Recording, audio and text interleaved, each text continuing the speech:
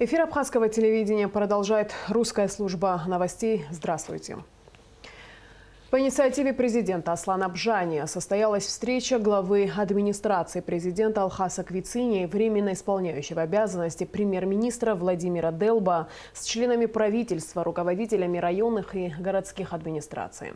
Основная тема встречи – контроль за исполнением ограничительных мер по недопущению и распространению коронавирусной инфекции, а также продолжение работ по отключению майнинговых ферм. Разговор состоялся серьезный и обстоятельный. Участники встречи подчеркивали необходимость соблюдения ограничительных мер в борьбе с коронавирусной инфекцией, говорили о конкретных действиях в городах и районах Абхазии. Расширенный репортаж о встрече в администрации президента смотрите в нашей программе в рубрике «Амшик Шараяцу». А сейчас о том, как соблюдаются ограничительные меры в столице. Репортаж Алики Трапш. По рекомендации Координационного штаба ношение масок в общественном транспорте должно быть обязательным для населения. Как мы убедились, практически большая часть пассажиров и водителей в столице в средствах индивидуальной защиты. Как говорят водители, без масок в салон они никого не пускают или выдают их сами.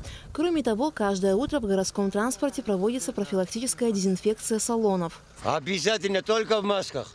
Мы только что видели, что они выходили некоторые без масок. Не, они здесь сняли двое, когда выходили. Так только в масках. Так мы не останавливаем. В связи с ухудшением эпидемиологической обстановки в республике, согласно распоряжению президента, работа продуктовых, сельскохозяйственных и вещевых рынков должна осуществляться в соответствии с графиком и в порядке, осуществляемым главами местных администраций и по согласованию с СЭС. Так, по распоряжению главы столичной администрации Беслана Эшба, Сухумский центральный рынок будет работать в четверг и субботу, а государственный торговый комплекс «Сухумприбор» во вторник и воскресенье. Также запрещена деятельность всех объектов общественного питания, за исключением оказания услуг по доставке еды. В Апатске и Абаза нам сообщили, что они закрыты, посетителей не принимают, работают исключительно на доставку.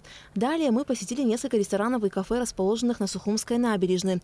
Кафе быстрого питания «Бургер» работает на вынос и доставку. Наш бургер будет работать, у нас есть служба доставки по номеру телефона, или у нас еще есть на вынос заказы. Будут приходить заказывать, ожидать за дверями, и когда их не будет заказ готов, они будут забирать и уходить. На вынос также работают кафе «Бариста», «Лофт», «Чигем». А вот ресторан «Абхазия» полностью закрыт ввиду отсутствия услуги «Еда на вынос». Также закрыт ресторан национальной кухни «Нарта». А вот кафе «Дольче Вита» работало. На веранде были расставлены все столы. На дверях у входа в кафе не было памятки о том, что кафе работает на вынос. Внутри за одним столиком сидели посетители. Администратора на месте мы не застали, но и официанты не ответили на наши вопросы. Затем мы решили узнать, как соблюдаются меры предосторожности в продуктовых магазинах столицы. Мы посетили несколько объектов. В магазине «Волна» на дверях памятка, призывающая соблюдать санитарные нормы. У входа антисептик. Продавцы в средствах защиты, но вот некоторые посетители были без масок. У нас соблюдается норма, как полагается. Есть этот антисептик, девочки в масках ходят, и посетитель то же самое. Посетителей у вас немного? А кто переболел, они говорят, что им нельзя одевать. И все. Поэтому. В случае вдруг они могут обманывать. Вы все-таки требуете, да? Да, или мы маски им отдаем, и все без проблем. Заходят, дезинфицируем, все. Так что, не знаю, порядок наводим. Руководство строго к нам относится, к этому, ко всему, и мы тоже. В магазине «Алиса» к нашему приходу посетителей было мало, но зато в средствах индивидуальной защиты. По словам кассира, бывают случаи, когда они пускают вовнутрь посетителей без масок, но исключительно, когда в магазине немноголюдно. Хлеб берут, там что-то попросят. Или там пожилые, мы берем сразу тут обслуживаем, но в основном бывают в масках все сами заходят, там у нас написано даже, что в масках заходили, но в перчатках редко. Нет, у нас их нет. Они стоят вот здесь, мы их сами, что они хотят, они нам говорят, то есть есть, нету, если что. В зал не пропускают? Нет, бывает, когда заходит, если вот один человек, он только бывает, и он проходит, у нас мало людей сейчас, и проходит, он сам берет все, что хочет, я, естественно, маски, его обслуживаю, и все. Народу мало, а так, чтобы так куча масок, без масок заходили, так не заходят.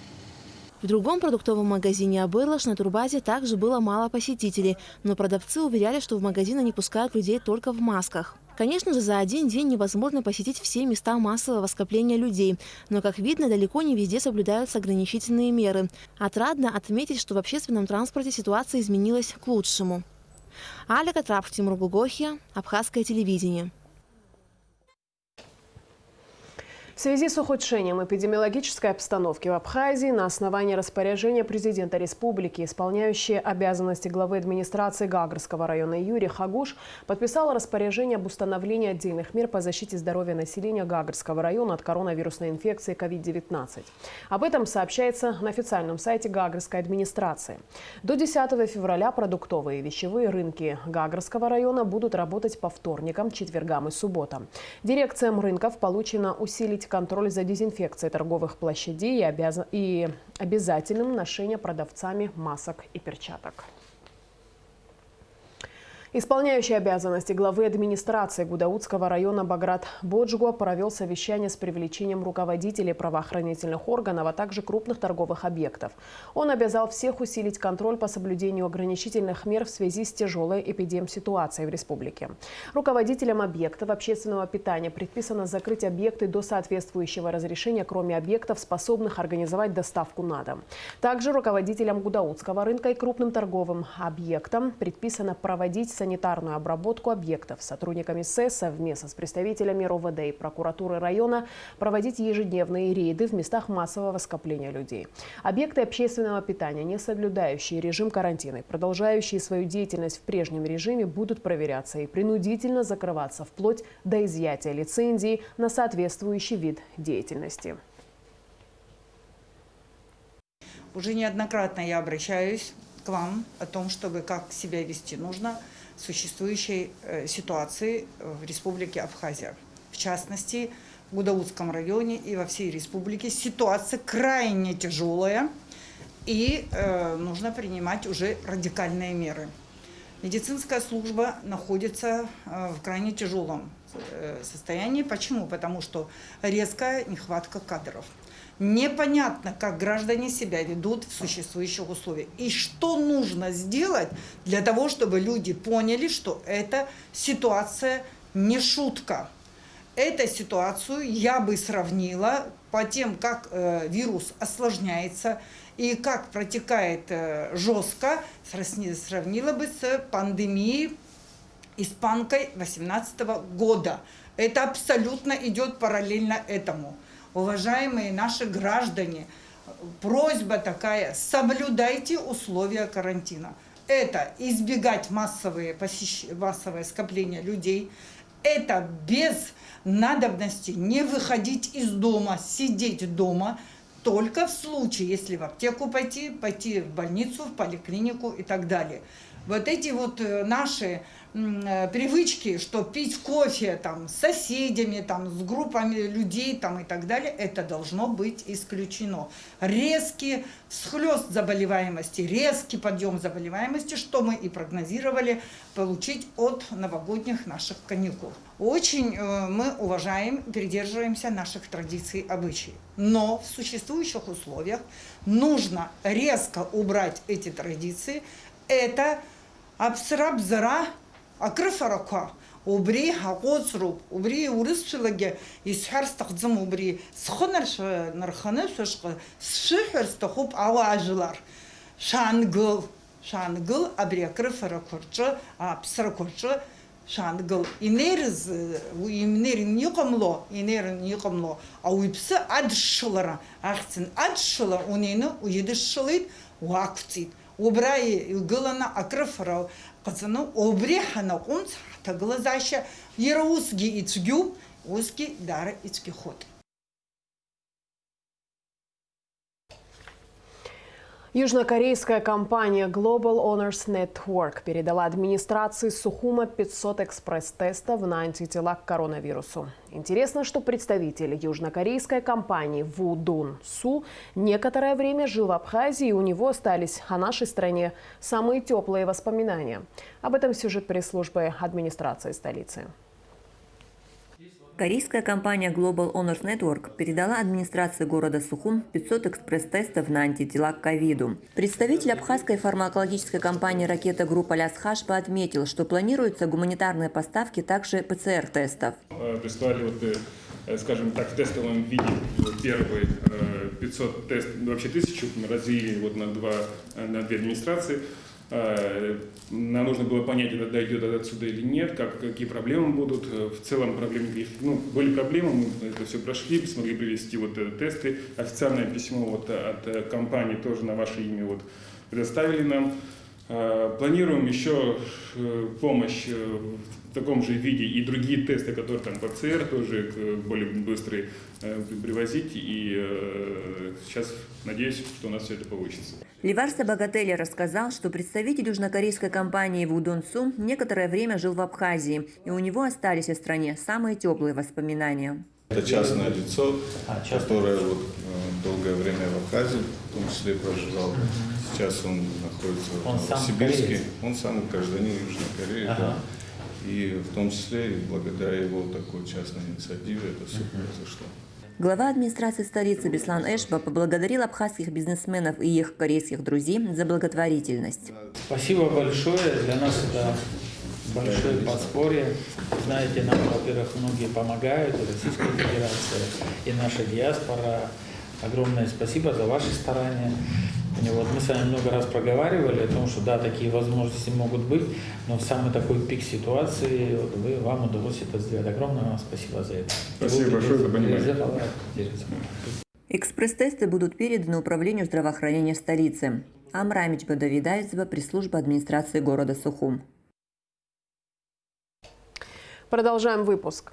Несмотря на множество мер, принятых в борьбе с майнингом криптовалют в Абхазии, перегрузки в электросетях не прекращаются, из-за чего и отключается электричество. Возможно ли избежать отключений света? Повысится ли цена за электричество на время перетока из России? Об этом и не только в нашем следующем материале.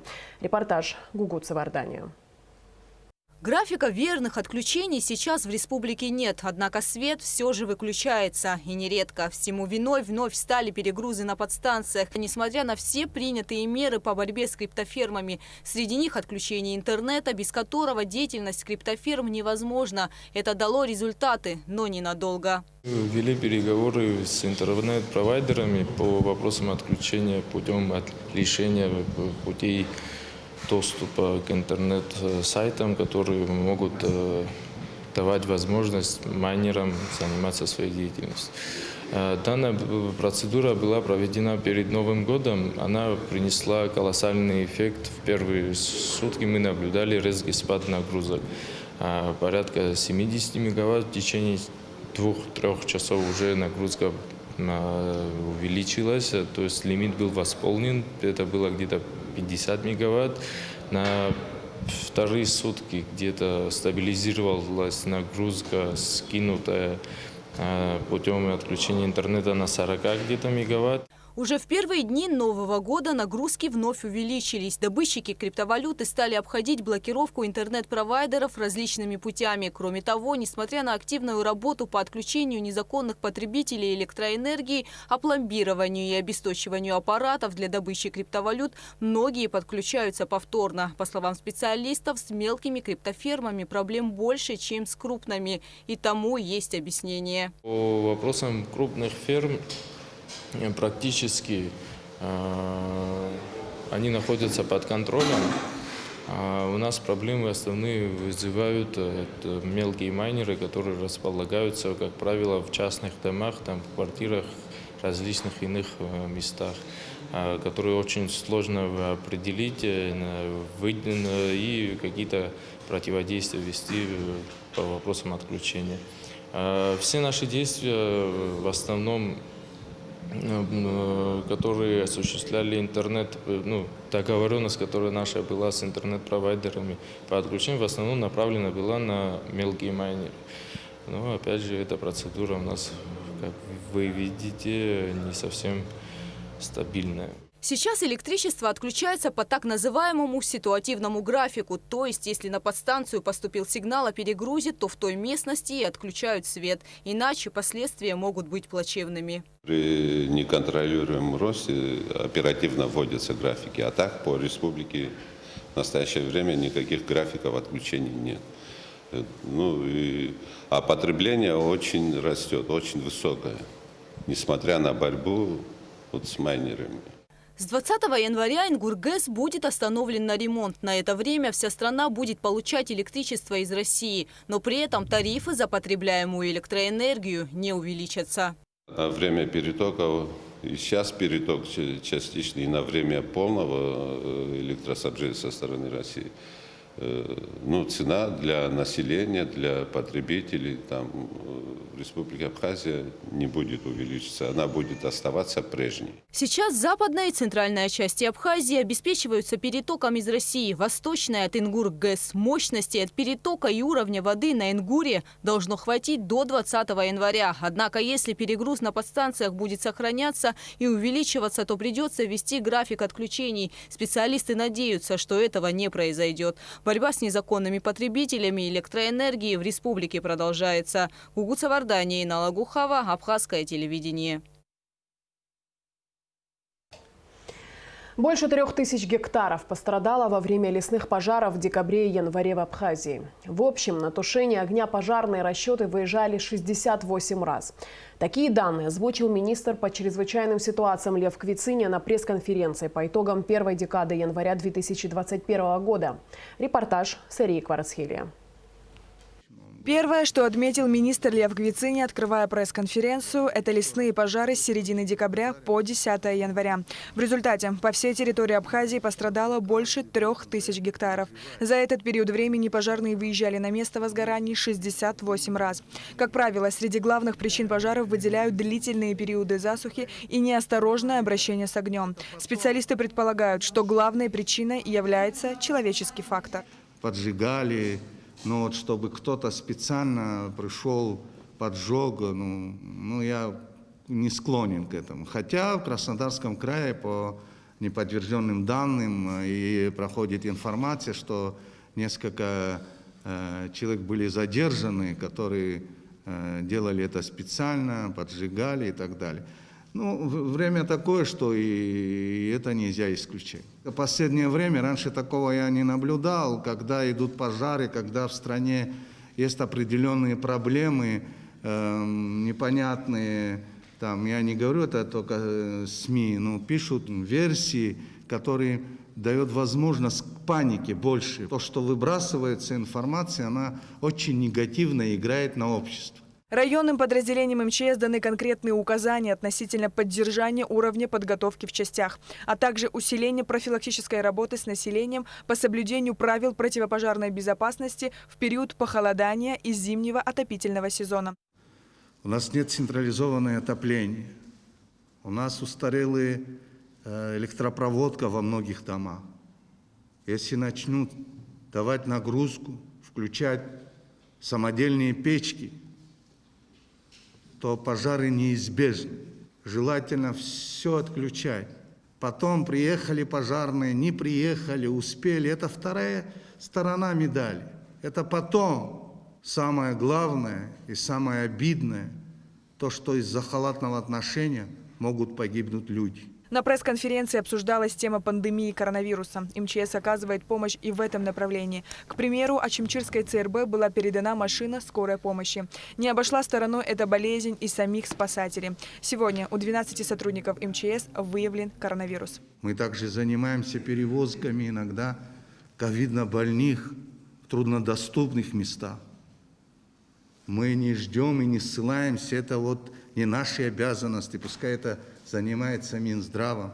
Наши девочки в свое время работали и на красной зоне, и на границе. Министр по чрезвычайным ситуациям поблагодарил весь личный состав министерства, который был задействован в тушении пожаров, за профессионализм и проявленное личное мужество. Лев Квициня особо отметил помощь и содействие, которые были оказаны пожарным со стороны гражданского населения, руководства страны и глав районных администраций. Сария Кварцхелия, Алексей Баструков, Абхазское телевидение. К другим темам. Национальный банк Республики Абхазия объявляет о выпуске в обращение набора из 7 памятных монет «Флора Абхазии». Художник Тимур Кайтан. Это монеты из недрагоценных металлов номиналом в 2 апсара. Граб кавказский, пицунская сосна, самшит колхидский, колокольчик особенный, колокольчик удивительный, горец мясо красный и лапина крылоплодная. Телеканалу «Гагра ТВ» исполнилось 15 лет. Исполняющий обязанности главы администрации Гагарского района Юрий Хагуш поздравил сотрудников телеканала с юбилеем. Благодаря профессиональной работе неравнодушного и энергичного коллектива телезрители получают оперативную и объективную информацию о жизни нашего района и объективную информацию о деятельности администрации и органов местного самоуправления, отметил Юрий Хагуш. Мы присоединяемся к поздравлениям наших коллег из Гагра ТВ. Желаем вам творческих удач и надеемся на дальнейшее плодотворное сотрудничество. В рамках проекта «Культура детям» министр культуры и посол доброй воли Абхазии Гудиса Агарба провел экскурсию в Абхазском драматическом театре для маленькой подопечной фонда «Кярас». О цели проекта и впечатлениях девочки в материале Эсма Голанзе. Катаете, да? Да.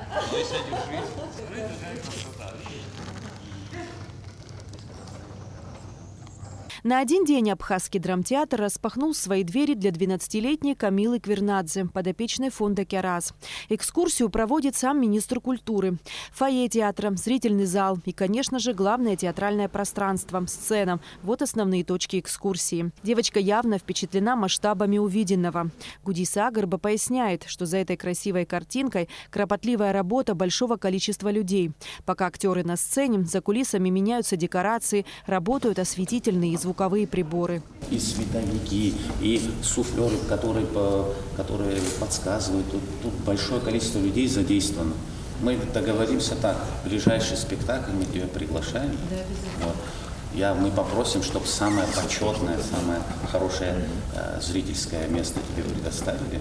И мы вместе с тобой посмотрим спектакль. Закулисье оказалось для Камилы не менее увлекательным. Здесь служебные помещения, гримерные, склады и костюмерная, где хранятся сценические костюмы. Это гримерная комната народной артистки Республики Абхазия Виолетты Владимировны Ман.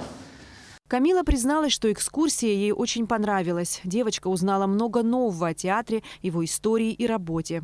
Мне очень сильно понравилось, было очень интересно. И я хочу, чтобы все дети сюда приходили и им объясняли, это очень сильно интересно. И я думаю, всем детям, кто сюда придет после меня, понравится и будет интересно. А что тебя больше всего впечатлило? Большой, где проходятся сами спектакли, мне очень сильно понравилось. Там очень большое пространство и очень красиво. Проект «Культура детям» создан по инициативе Гудиса Агарба. Координатором выступает общественная организация «Будущее Абхазии». Цель проекта – привить любовь к национальной культуре и искусству у подрастающего поколения. Сегодня это была наша первая акция. Мы познакомились с замечательной девочкой. К сожалению, в связи с известными событиями, в связи с карантином, с эпидемией, к сожалению, так случилось, что действительно желающих детишек много, но на этом этапе мы приняли решение провести первую акцию в таком формате. У нас есть объекты историко-культурного наследия, у нас есть значительное количество объектов культуры, учреждений культуры, о которых хотелось бы побольше рассказать. И самое главное, рассказать нашим детишкам, привлечь их интерес именно к творчеству, к искусству.